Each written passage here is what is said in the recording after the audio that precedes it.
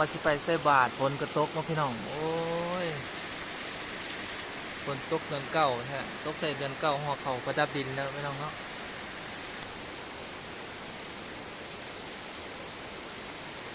ฝนตกแห้งขนาดเลย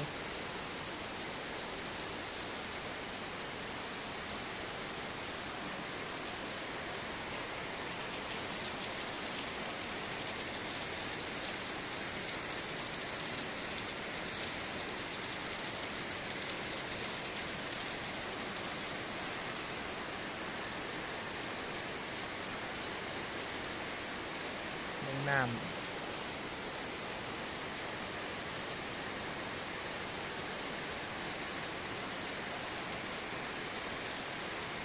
แดดตกมันมือยุ่มันมืดครึ้ม